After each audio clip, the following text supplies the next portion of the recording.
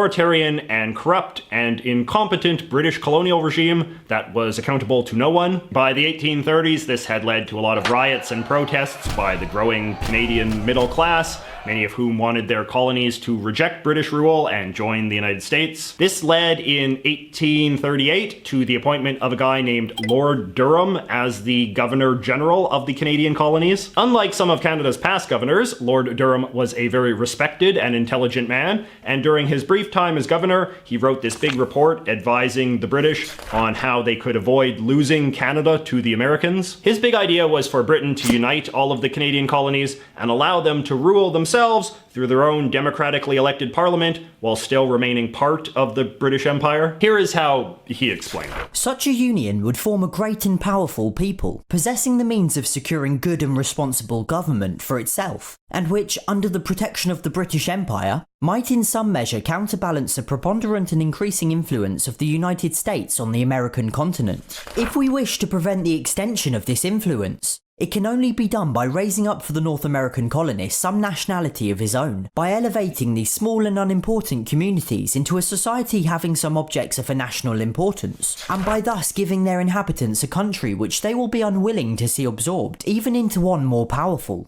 And this is very much what happened. The Canadian colonies were given democratic self-government and eventually unified into a single country. And through this, any interest in joining the United States slowly faded away. And just as Lord Durham predicted, this provided a good context for a sort of Canadian nationalism to grow. At first, it was a nationalism defined by a sort of aggressive gratitude to the British Empire that is sometimes known as the philosophy of loyalism. Here is how the famous Canadian historian J.L. Granatstein defines loyalism in his very good book entitled Yankee Go Home, Canadians and Anti-Americanism. One of the many aims of those who created the tradition was to argue that there had been and still were important distinctions between Canadians and Americans. The ideology of loyalism meant loyalty to the monarch and empire, and adherence to the beliefs and institutions essential to the preservation of a way of life different from that in the United States. By the late 19th century, hardcore Canadian nationalists had come to define themselves through a kind of extreme loyalty to everything British. So they always wanted Canadians to fight in British wars and fly the Union Jack everywhere and have a deep and passionate love for the British royal family and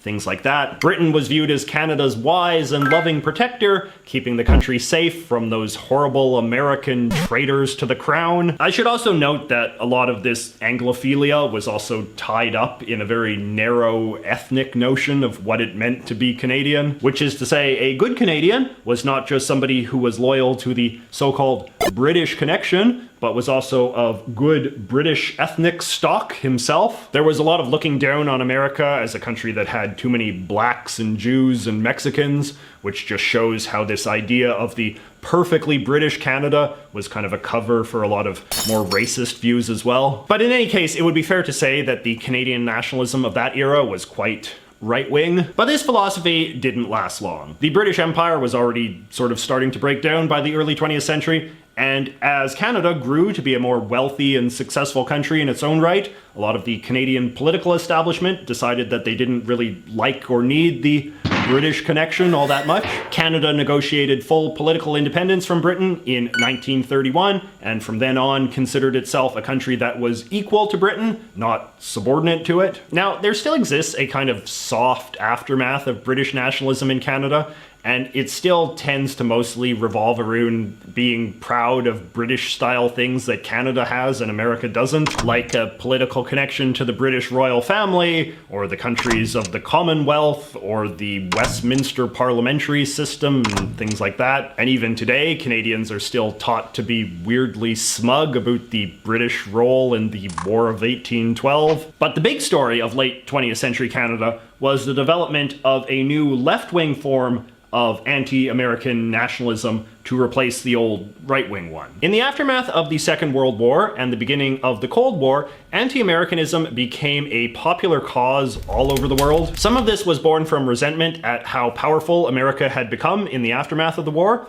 and a lot of it was the result of propaganda efforts from the USSR, which had come to see the United States as its main rival in the new post-war world order. The most popular strain of post-war anti-Americanism consisted of portraying the United States as this very reactionary, right-wing capitalist empire, a cruel society full of racists and gun violence and serial killers and religious maniacs and rampant poverty. To varying degrees, this became a popular way of looking at the United States all over the world, but I would say it gained particular traction in Canada just because there was a real need for a new style of anti-Americanism to fill the void left by the departure of the anti-Americanism of the British Empire. And as the 20th century drew to a close, a very new form of nationalism had taken root in Canada. Whenever the Canadian government did anything left-wing, it could be portrayed as something that was very proud and patriotic, because of course it was something that those evil right-wing Americans would never do. Canada's decision to not participate in the Vietnam War and the introduction of universal government-run health insurance became two big new sources of patriotism, for instance. And so too did the passage of broadly liberal legislation on things like guns and abortion and LGBT rights and immigration. In other words, Canada's anti-American purpose was completely reimagined. The old loyalist notion of a Canada that was better than America because it had maintained ties to the British Empire and British institutions was put aside, and replaced by a new theory that said that Canada's purpose was to be better than America by having more left-wing government policies. And this wound up being a much stronger, more popular form of nationalism than the old British kind had ever been. Canada's British anti-Americanism had always focused mostly on foreign policy and like the symbols and ceremonies of British politics. Most normal Canadians didn't really care much about this or even found it a little bit demeaning. Stuff like Medicare and gun control, however, was very attractive to what was now a very large Canadian middle class who had a lot of anxieties about personal safety and financial security that liberal social programs of this sort helped address. A recent poll from the Association for Canadian Studies found that most Canadians now consider the Canadian healthcare system to be a bigger source of national pride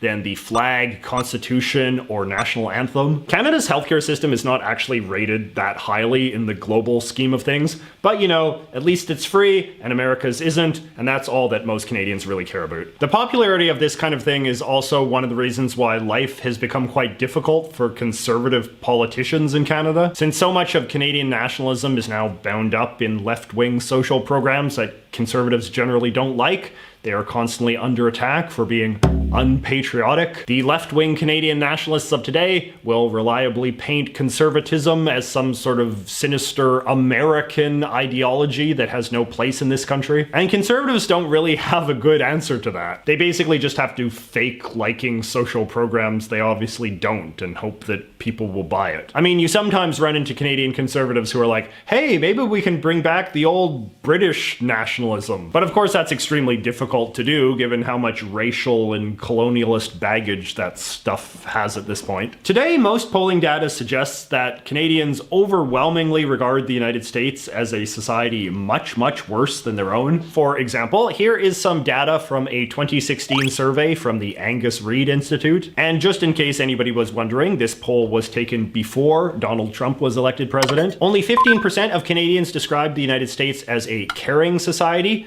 compared to 68% who described Canada that way. Only 17% agreed that America is a country I would be proud to live in. And why is that? Well, only 8% of Canadians said that they think America has safe cities, and only 17% said it has a healthy natural environment. 64% of Canadians said that they think America is full of racial division, while only 20% think that Canada has that problem. Those last figures are also a good reminder of why, contrary to popular belief, nationalism does not have to be bound up in racism or white supremacy. If we accept the idea that nationalism is primarily about thinking that your country is better than some other country, then it logically follows that one of the ways you might think your country is better is that it is less racist than that horrible bigoted place over there. Anyway, as you can probably tell, I am not a a big fan of Canadian nationalism. I think it's an extremely petty ideology, mostly based around Canadian insecurity and these very gross and extreme stereotypes of America that are not fair or accurate at all. But the problem with Canadian nationalism isn't just that I find it annoying. Nationalism is an ideology that tends to revolve heavily around what the government does, because of course the government is what